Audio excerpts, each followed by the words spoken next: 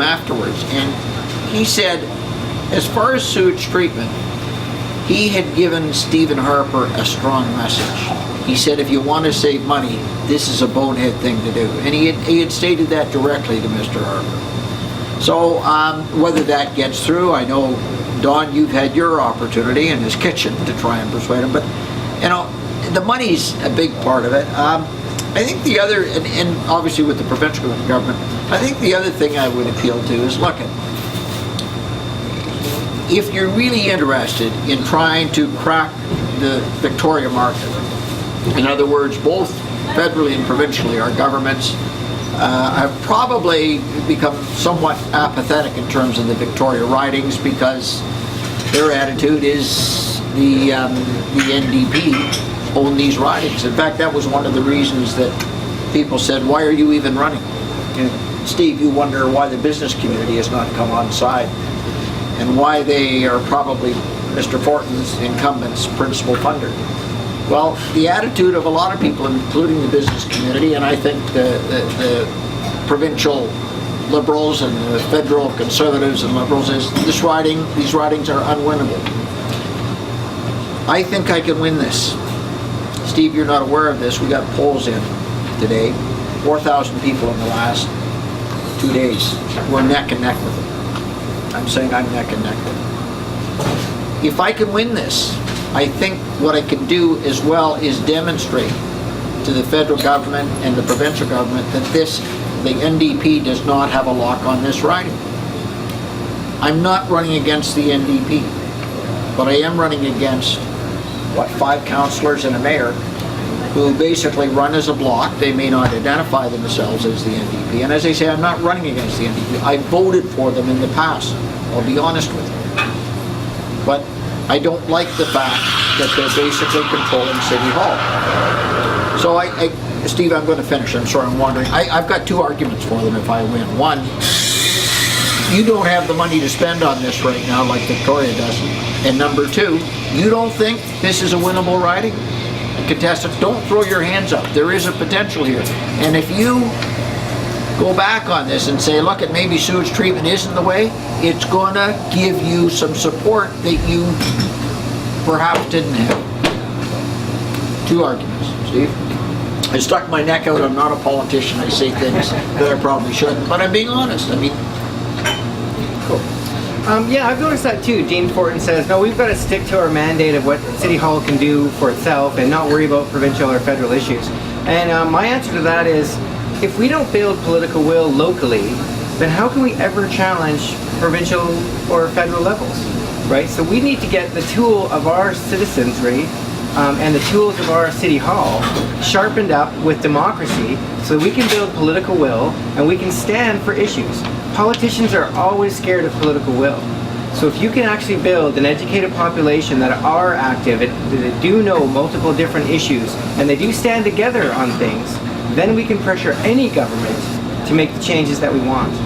Right? Like you were saying, you can't beat the HST. Well, guess what? A bunch of people did that. Right? Now they're gearing up to start fighting for the right to stop smart meters. Right? Which is a very, very important thing. But this is another important thing, and it's, as a mayor, what I would do is run the city to the best of my ability in an open and accountable manner, but I would hold up an umbrella so that other groups could take advantage of time and resources at our community centers so that they could build political will within their neighborhoods, educate the citizenry of Victoria so that they become aware of the issues.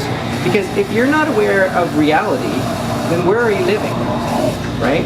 It's in a sandbox, and we have to challenge our media to become more open and more dynamic, to show more multifaceted sides of issues, and we need to create awareness in the population. Not everyone has to learn, but everyone has to learn that they have to support those who did learn.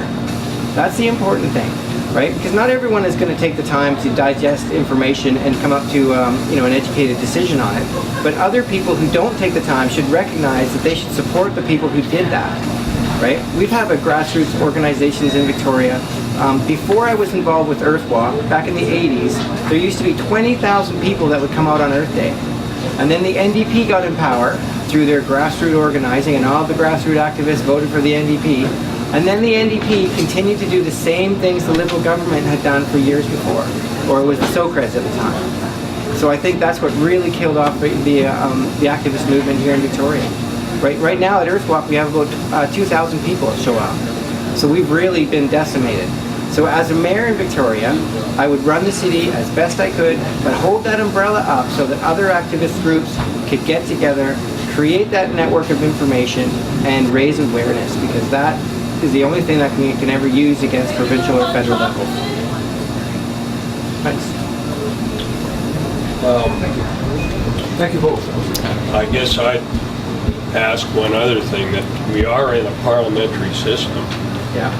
and these people, Denise Savoy and Carol James, are supposed to be our representatives, not from a party, but Yeah. so, you know, I think that should be looked at too, putting their feet to the fire, so to speak. Yeah, and you do that with political will. Yeah. Right. Yeah, okay. Okay. Well, those questions I was going to go into, what I'm going to do is I'm going to give them to John and get him to give me answers to them, and I'll put them on the website. And by the way, the video of this session will be on the website tomorrow. Okay, now, I promised on the top of that I would ask each of the candidates to raise 3 issues that they consider most important in the election outside of this issue. And I'm going to start with Steve. Okay. And then I'm going to have Paul comment on that and vice versa. Okay? So my 3 issues that I've been campaigning on vigorously here in Victoria for the past 3 municipal elections, well, this one being the 3rd one, is the first one is housing affordability. Right? We have 63% of people in Victoria rent, so they actually make up the majority of the city. But only 1 in 4 people vote. So it's the homeowners that vote, and the renters don't feel attached to our democracy enough to vote. So I'm trying to give them incentive to vote by promising them affordable housing. Now my plan for that is to create small programs where we encourage people to come together in groups of like-minded individuals, form small cooperatives, pooling their rental income, and that will easily cover a mortgage. Most people paying rents in Victoria would be able to afford a mortgage at the level that they're paying for the square foot that they're getting.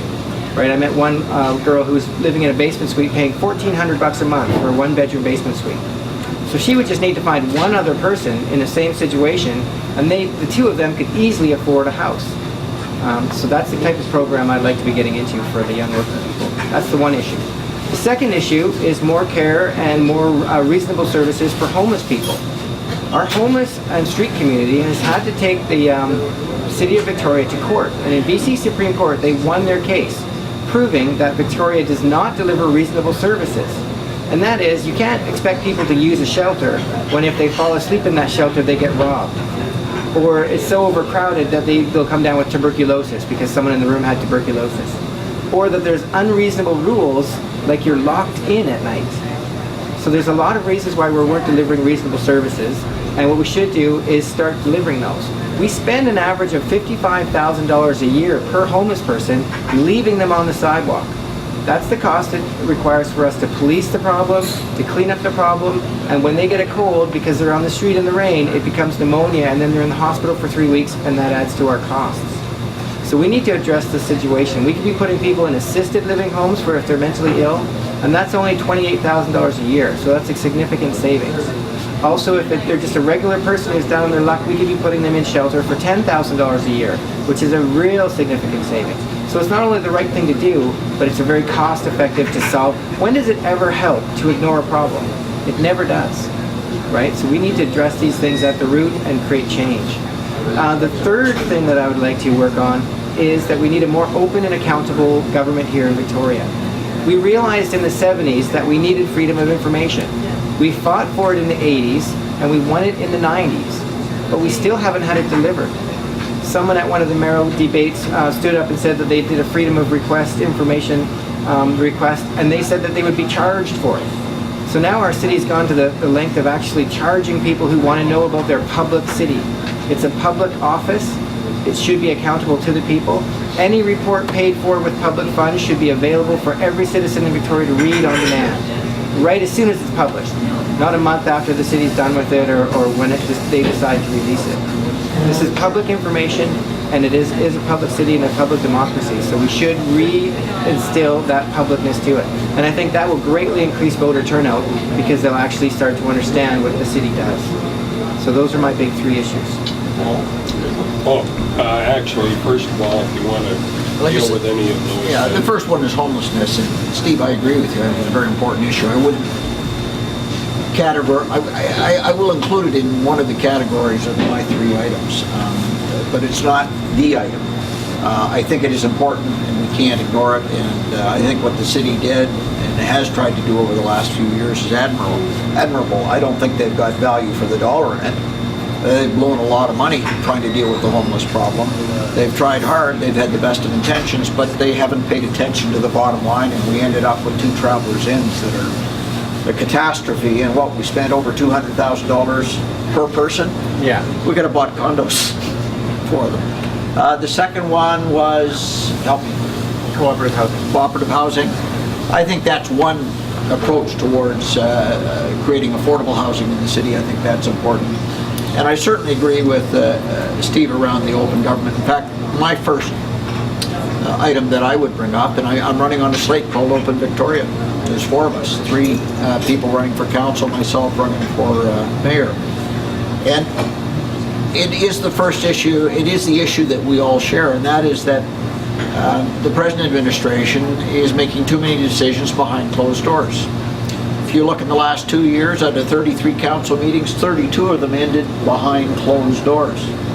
32 out of 33.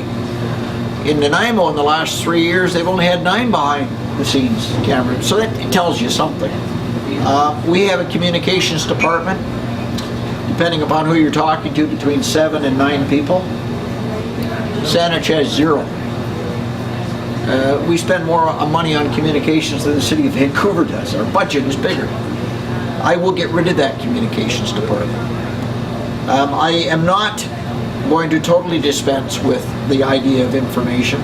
I'm going to have a coordinator, but that coordinator is going to work with individual department heads, and we're going to, by default, now start sharing information. Right now, by default, the information doesn't go out unless there's a good reason to put it out there, and it's spun.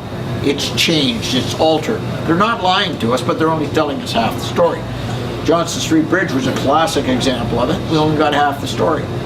If it hadn't been for Open Victoria, you wouldn't have found out that the Crystal Pool is on its last leg. We forced that report out. You wouldn't have heard about the fire hall being